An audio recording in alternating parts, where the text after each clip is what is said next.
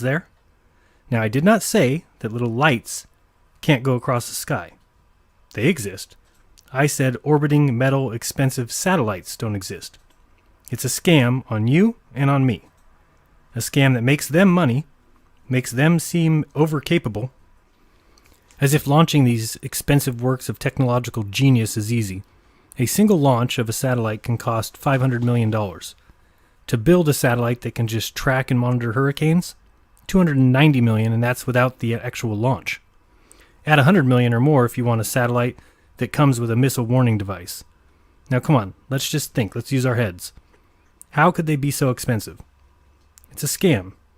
Take a look at this house. This house is in Nebraska. It is $900,000. Do you really think a satellite that is falling around the planet should cost as many as 500 of these houses? It is a sad, sad lie. So you pay $100 a month for your DirecTV. Go ahead and try and prove satellites exist. You won't, and you can't. So your choices are either A, trust men, because no one would ever deceive you, or B, trust your eyes and common sense. I choose to trust myself until I'm proven wrong. Not by some high school kid who says, of course satellites are real, man, you're a moron.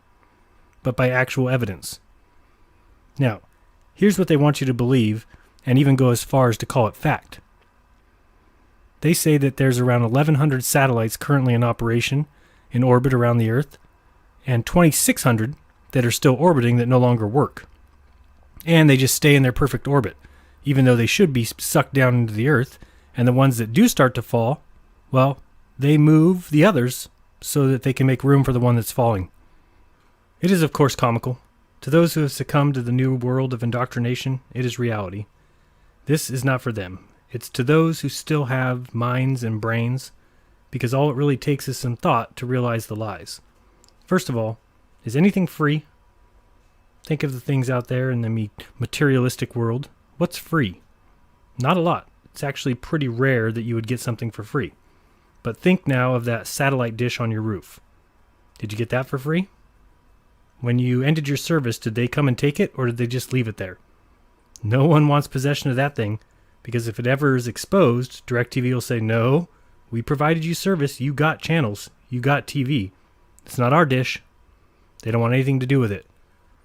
So I was reading about a few different internet companies as far as satellite phones and satellite internet. This one's talking about WildBlue. It says WildBlue has been operational since 1995 when it was founded in Colorado. And WildBlue Internet service became operational in the middle of 2005, a year after it was granted access to the Anik F2 telecom satellite of Telesat Canada. It was also in 2005 when the first WildBlue subscriber began using its satellite system. WildBlue deployed a total of 5 gateways across the continental U.S. and Canada to manage their subscribers' satellite access. Each gateway is made up of internet, microwave, and broadband equipment for routing traffic from the subscriber's computer to access the internet. And people will swear this is satellite internet. Sure it is. Now, I'm going to do a little bit more reading, and this all comes from globalcomssatphone.com. You'd think that satellite phones would make sense and would be easy to use, but let's read a couple of their terms and conditions. First one talking about data transmission use and dropped calls, and due to the technical nature of data setups and the inherent sophistication of data transmission through a variety of operating systems, Globalcom makes no representation as to the success of data calls through our system, along with the potential incorrect use. The Iridium system is a low Earth orbiting satellite constellation, has inherent flaws and anomalies that can create dropped calls of either voice or data nature. Globalcom can provide data setup technical support beyond the normal provided setup instructions at an additional charge. Now let's read about their limitation of liability, in case you find out that satellites don't exist.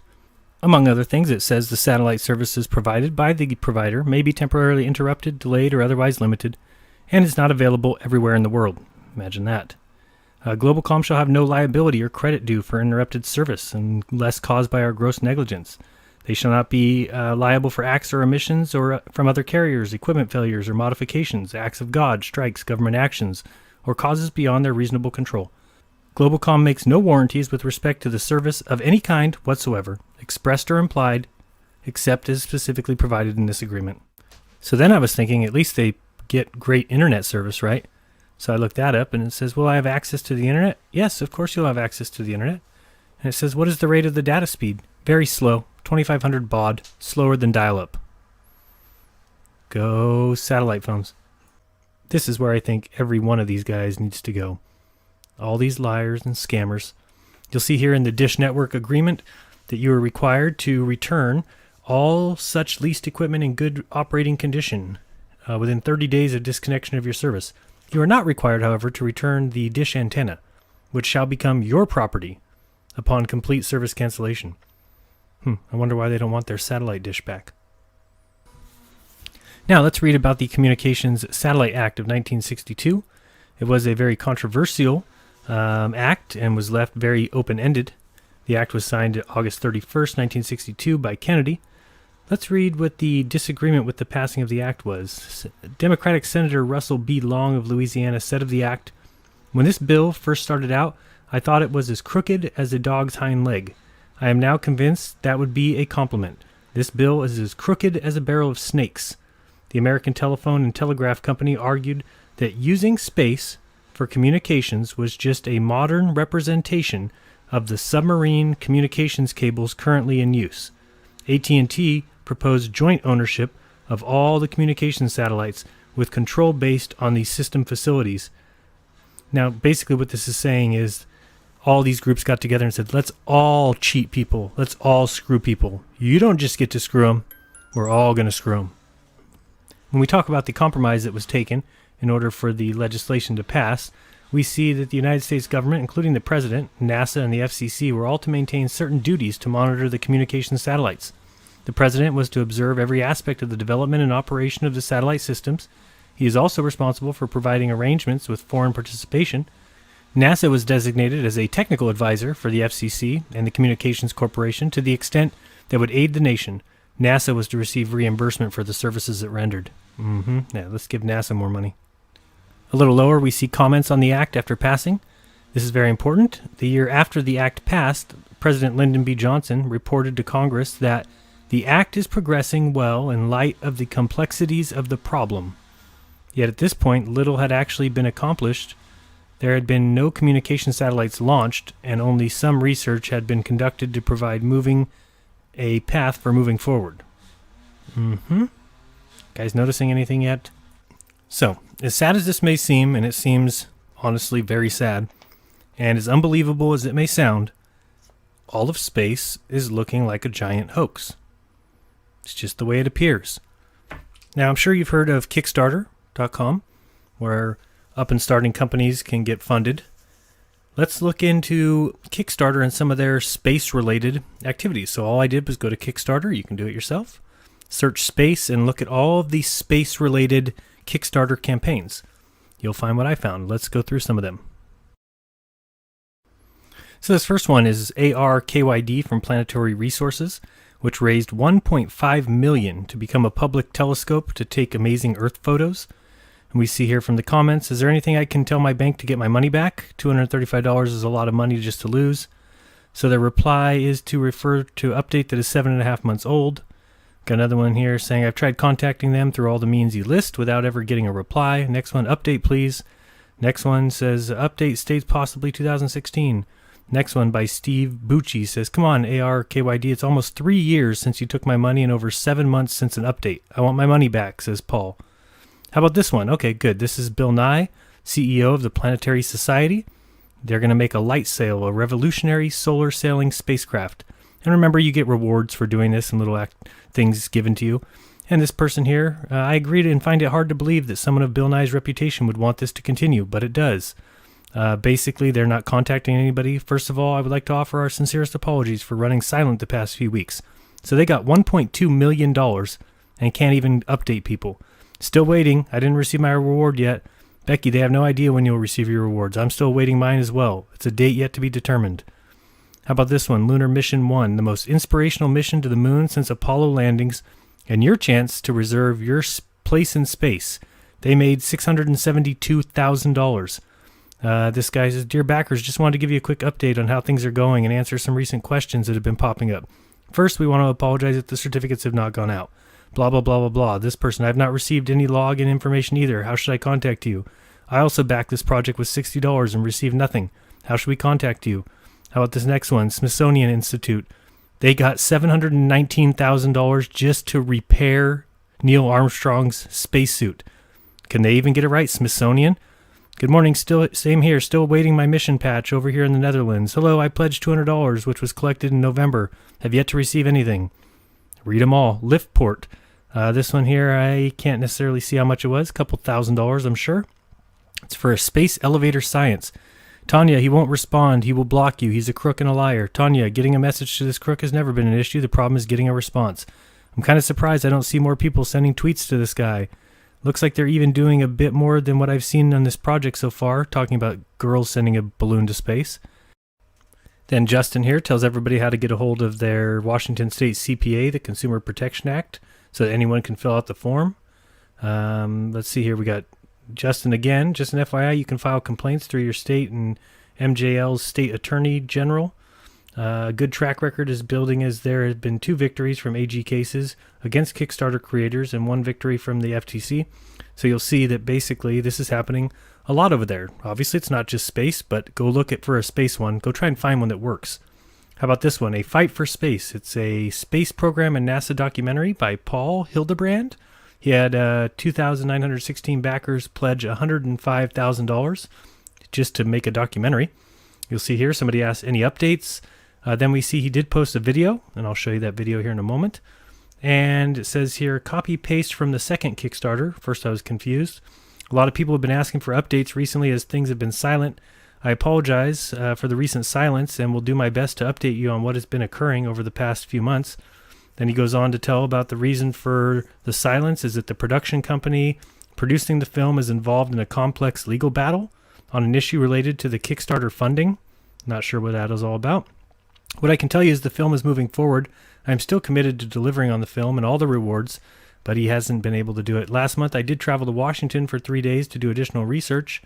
He ordered 23 additional reels of film for scanning. So he's done all this work and says, I expect the film to be arriving in the next 1 to 2 weeks. Then we see the next post here.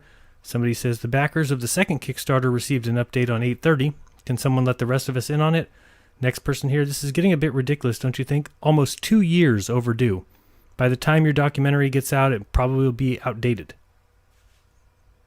So what do you know? I look around a little, and there already is another Fight for Space. Paul Hildebrand, 2,049 backers this time, pledged $100,000. So he just set up 2, made $200,000, and says the same thing. Fight for Space is a documentary film that explores the history of the United States space program and NASA budget and the future. And I'm going to show you that video here at the end because it is horrendous. Let's see here. Somebody else talking about the same guy. Divorce proceedings, trial. Was your wife a partner in the in this business? How would it have anything to do with it? Paul, again, I think you've missed or just don't really get the appeal of Kickstarter from the backside. Even if things aren't working out well for your end of the project, can you keep us in the loop? It keeps us invested and is a big part of why we support this stuff at a risk. Saying no news even once a month is appreciated. Someone at Facebook, why not share some of that info here as well? So you'll see these people are just not even communicating with these Kickstarters. This one's Ardusat, your Arduino experiment in space. Looks like they received $106,000 from 676 backers to let people run their own space experiments. Yeah, that's going to happen. And as we see here, it's just another failed one completely. This person, I never received my $150 picture. Aren't we supposed to choose the shot we wanted? Next person, any update on the photos from the $150 pledge? It's been over 7 months since I inquired, so I thought I should drop you a note. Any update of the photos from the $150 pledge? Disappointed I never received the photos I was promised. So far, this is the only Kickstarter project I've backed that has failed to deliver. So you'll start to see here there's some issues. With that film that guy put out for everyone, he said, sorry I haven't gotten back to you in 2 years. Here's a film that I put together so far.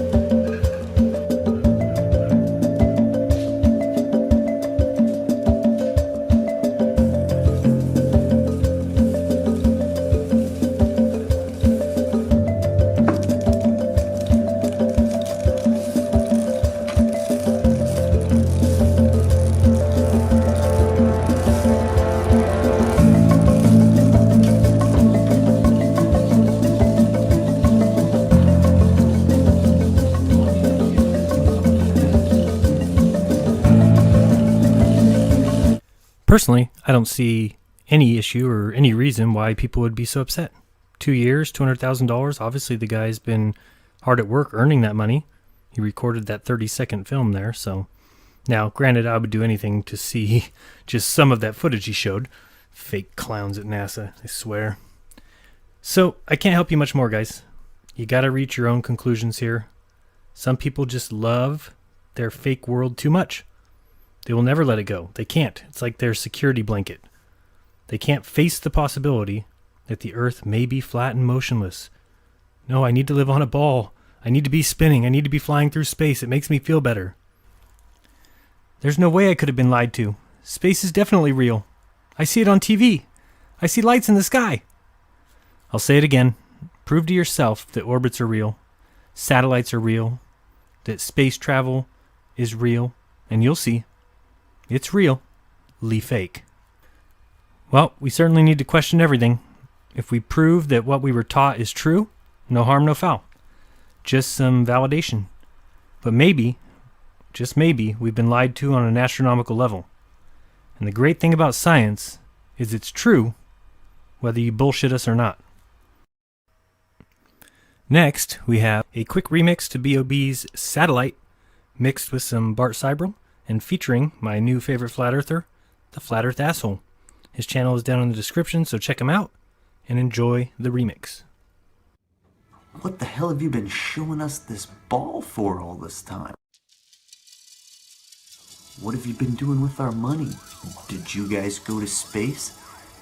Is evolution actually real? Did you guys just make this shit up? They're stealing the fucking money. They stole your mind. They stole my mind. Systems go. Space is fake. Satellite. There is no outer space. -10. They're stealing your money. Twilight.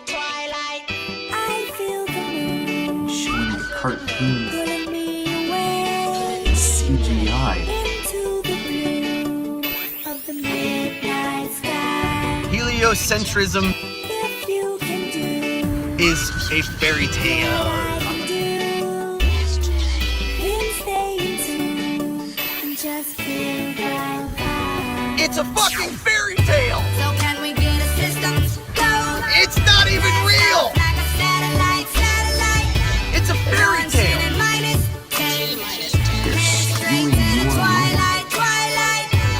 When you guys say gravity to us, we just want to vomit on your face. Why aren't there moons orbiting the moon?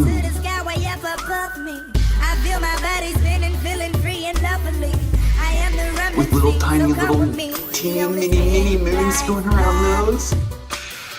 And you can feel it if you tune into your radio.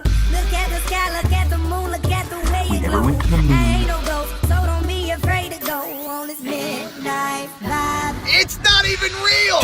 So can we get a systems go? Well, you're the one getting money for something you didn't do. That's called being a thief. You're the one who said you walked on the moon when you didn't. Call the kettle black if ever saw a stand misrepresented my way for me. You're a coward and a liar and a Mr. Armstrong wanted to give you the opportunity to swear in the Bible that you walked on the moon. Like an astronaut floating off into the beyond. Will you put your left hand on the Bible and swear to God that you walked on the moon? I do not need an engine, I can ascend into the They dawn. are in Remember, a dream is space. never a dream, is never a dream. Yeah. You have the opportunity to have $5,000.